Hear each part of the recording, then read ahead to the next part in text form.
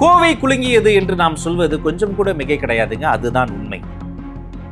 கொங்கு மண்டல பயிற்சி பட்டறை கருத்தரங்கத்துல கொள்கை பரப்பு செயலாளராக அந்த மேடையில் களமாட கிடைத்த என்னுடைய வாய்ப்புல நான் கற்றுக்கொண்டதும் பெற்றுக்கொண்டதுமான பல்வேறு சம்பவங்கள், உண்மையில் என்ன நடந்தது, திட்டமிட்டு செய்தது எது, திட்டமிடாமல் செய்யப்பட்டது எது, பல்வேறு எக்ஸ்க்ளூசிவான விஷயங்களை இந்த வீடியோல நான் சொல்ல போறேன். தயவு செய்து சப்ஸ்கிரைப் பண்ணாத நண்பர்கள் சப்ஸ்கிரைப் பண்ணி உங்களுடைய அன்பை ஆதரவு தாங்க. என்ன நடந்ததாங்க உள்ளதுள்ளபடி தெல்ல தெளிவா எல்லோருக்கும் புரியும்படி பார்த்திடலாம். அனைவருக்கும் தமிழ் வணக்கம். இது ராஜ்மோகன் ரிப்போர்ட். ஒரு கேள்விங்க, உலக அரசியல் வரலாற்றில் ஒரு கட்சியுடைய இன்டர்னலான பயிற்சி பட்டறை கருத்தரங்கம் என்ற ஒரு சின்ன நிகழ்வுக்கு இவ்வளவு பெரிய தாக்கம் இதுவரைக்கும் எனக்கு தெரிஞ்சு எங்கேயும் வந்ததில்ல. இந்த தாக்கத்திற்கு பின்னால், இந்த ஊக்கத்திற்கு பின்னால், இப்படி செய்திகள் போட்டி போட்டு பேசுகிற இந்த இயக்கத்திற்கு பின்னால் இருக்கும் ஈர்ப்பு விசையின் பெயர்தான் வெற்றி தலைவர் விஜய். அவர் தொட்டதெல்லாம் தலைப்பு செய்தி, பேசுவதெல்லாம் மிகப்பெரிய பேசு பொருள். இந்த கொங்கு மண்டலத்துள்ளார 2 நாட்கள் கருத்தரங்கம் என்பது திட்டமிடப்பட்ட ஒன்று. இதுல வாக்குச்சாவடி முகவர்கள்லாம் உள்ள கூட்டம் வந்து அசம்பல் பண்றோம். அவர்களுக்கு தேவைப்படுகிற மிக முக்கியமான இந்த பூத் கமிட்டி புத்தகம்னு ஒன்று உருவாக்கி அதை கையளிக்க போறோம். பென்டிரைவில் எலக்ட்ரானிக் டேட்டாவும் தர போறோம். நேரடியாக இந்த துறை சார்ந்த நிபுணர்கள், தேர்தல் மேலாண்மை பொதுச் செயலாளர் ஆதவ் அர்ஜுனா, துணை பொதுச் செயலாளர் திரு சி.டி.ஆர். நிர்மல்குமார், இப்படி இவங்க இந்த அந்த துறையினுடைய நிபுணத்துவத்தை எல்லாம் ஷேர் பண்ண போறாங்க. தலைவரும் இந்த பயிற்சி பட்டறையில் எடுக்க போறாரு. ஸோ இதை எல்லாமே திட்டமிட்டு ரொம்ப சிம்பிளான ஸ்ட்ரெயிட் ஃபார்வர்டான ஃபங்க்ஷனாக ஒரு பயிற்சி முகாமாக தான் திட்டமிடப்பட்டது. ஆனால் எங்க தெரியுமா ட்விஸ்ட் வந்தது? யாரெல்லாம் நம்ம தலைவரையும் இந்த கட்சியையும் கடகத்தையும் அண்டர் எஸ்டிமேட் பண்ணாங்களோ அவங்களால தான் நிறைய சிக்கல்கள் வந்தது. விமான நிலையத்தில் வந்து இறங்க போறார் தலைவர், அங்கிருந்து வென்யூக்கு வர போறாரு. அவர் வர்றதுக்கு முன்னாடி நாம போயிடணும்னு மொத்த தொண்டர் படையும் தலைவரின் கட்டளை கிடங்க பொதுச் செயலாளருடைய வழிகாட்டுதலின்படி அந்த கல்லூரி வளாகத்துக்குள்ளார வந்துட்டோம். கிட்டத்தட்ட 8000 பேர் முதல் நாள். 10 மாவட்டங்களினுடைய மாவட்ட பொறுப்பாளர்கள் உள்ள எல்லாருமே ப்ராப்பரா QR கோட்ல ஸ்கேன் பண்ணி உள்ள வந்து அட்டெண்டன்ஸை போட்டு ஆண் அடிச்ச மாதிரி உட்காந்தாச்சு. கொடிக்கு அனுமதி இல்லை, முறைப்படி வரணும், வேற எதற்கும் அனுமதி இல்லை. அவ்வளோ ரூல்ஸ் அண்ட் ரெகுலேஷன்ஸ் செக் பாயிண்ட்ஸை போட்டு எல்லாரும் உள்ள வந்து வந்துட்டோம். விமான நிலையத்தில் போதுமான அளவு பாதுகாப்பு தாங்கினப்ப ஒரு சில அதிகாரிகளினுடைய அலட்சியத்தால், அண்டர் எஸ்டிமேட் பண்ணதால, என்னையா பெரிய கூட்டமா வந்துட போது, நாங்க ஐயோ வந்தது கூட்டம் கிடையாது, கடல். சென்னையில் இருந்து 1 மணி நேரத்தில் பறந்து வந்து விட்டார் வெற்றி தலைவர். அந்த விமான நிலையத்தில் இருந்து வென்யூக்கு பல மணி நேரம் மக்கள் கடலில் நீந்தித்தான் வர முடிந்தது. அதனால தான் நான் சொன்னேன், இந்த 2 நாள் கருத்தரங்கத்தில் பல பேருக்கு பல சந்தேகம். இது தமிழ்நாடா, தளபதி நாடா? இது விமான நிலையமா, விஜய் நிலையமா? இது கோவை பயிற்சியா, கோட்டைக்கான பயிற்சியான்னு பல பேருக்கு சந்தேகம் வந்ததற்கு காரணம் அண்டர் எஸ்டிமேட் பண்ணது தான். அத்தனை பேரும் பொதுமக்கள், இளைஞர்கள், பெண்கள். பொதுச் செயலாளர் மேடையிலே கூட சொன்னாரு, தலைவரை பத்திரமா கூட்டு வர்றதுக்கு ரெடி, ஆனால் அவரை பத்திரமா கொண்டு போடுறதுக்குள்ள நாங்கள் போடுற பாடு இருக்குது. ஐயோ மாதிரி உண்மைங்க, சத்தியம். எதிரில் ஒரு பாசத்தில் ஒரு புள்ள ஓடி வரான், அவனை எதிரில் வரவனை எட்டி பிடிச்சிடலாம். பக்கவாட்டில் இருந்து ஒருத்தன் பறந்து வரான், சைட்ல இருந்து சூப்பர்மேன் ஸ்பைடர் மாதிரி ஒருத்தர் ஏறி வர்றாரு, எல்லாம் பரவாயில்ல.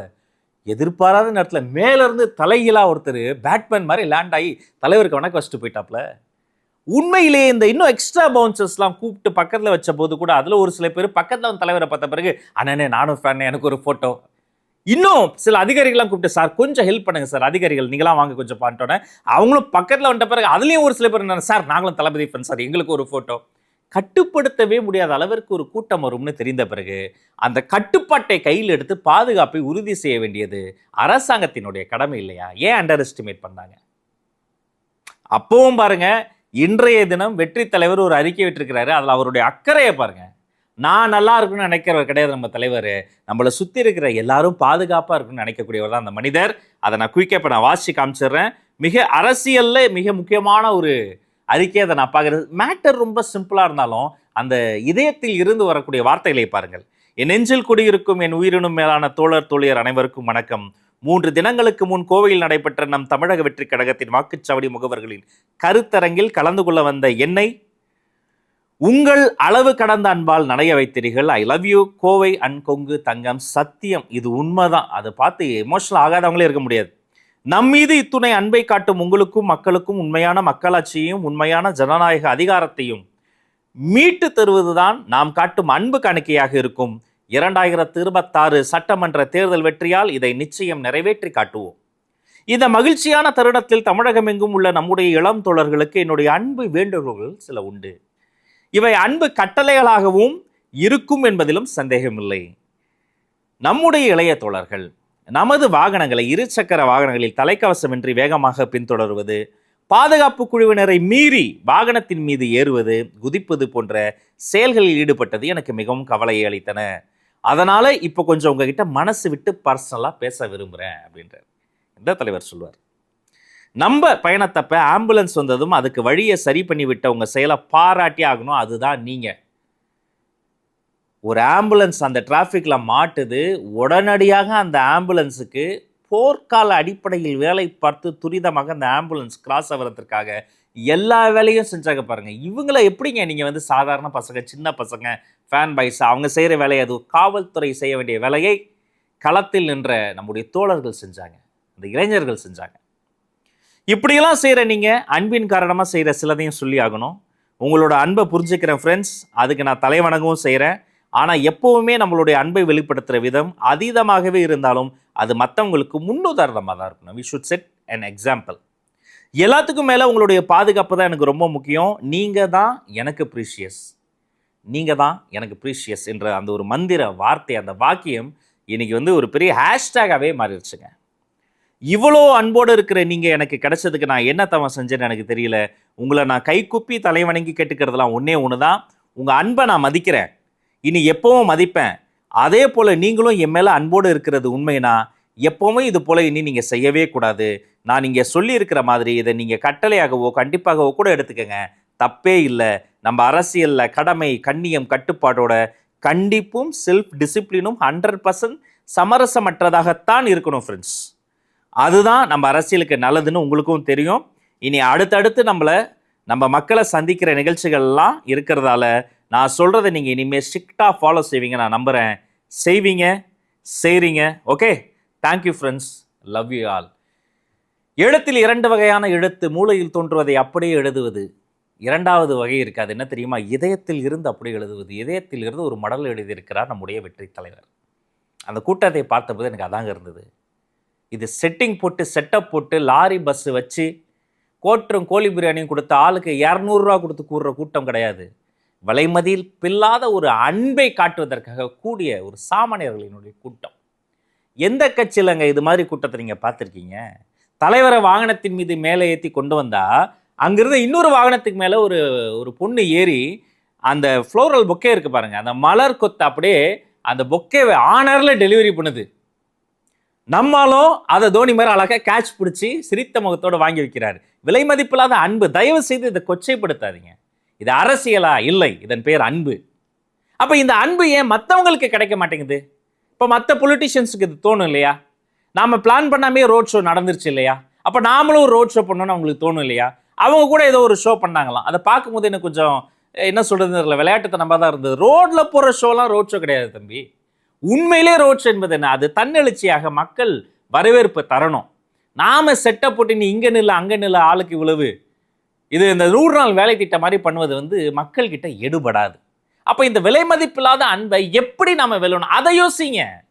கொடுத்த வாக்குறுதியை காப்பாற்றணும், சொன்னதை செய்யணும், சொல்லாததை செய்ய வேண்டாம்.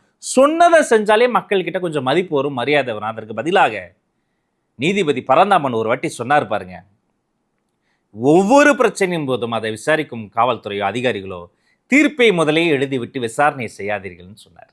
அது வேங்கை வயலாக இருக்கட்டும், அது கள்ளக்குறிச்சி மரணமாக இருக்கட்டும், எந்த ஒரு அனானிசிட்டி விஷயமாக இருக்கட்டும், எதுவாக இருந்தாலுமே ஒரு பிரச்சனைன்ட்டோன்னே புல்லட் ஒட்டினதுக்காக கையை வெட்டினது, வரல வெட்டினது, ஒரு படிக்கட்டில் போட்டு ஒரு பையனை போட்டு வெட்டினது, சாதிய வன்கொடுமை எதுவாக இருந்தாலும் இல்லை, அப்படி இல்லவே இல்லைன்னு அடுத்த நாள் வேற ஒரு புராணம் இதிகாசம் எழுதுறீங்க பாருங்க, அதை விட்டாலே மதிப்பு மரியாதை வரும். இந்த அன்பை நீங்கள் வெல்லணும்னா அதுக்கு உங்களினுடைய ஒரு ஆயுட்காலம் பத்தாது.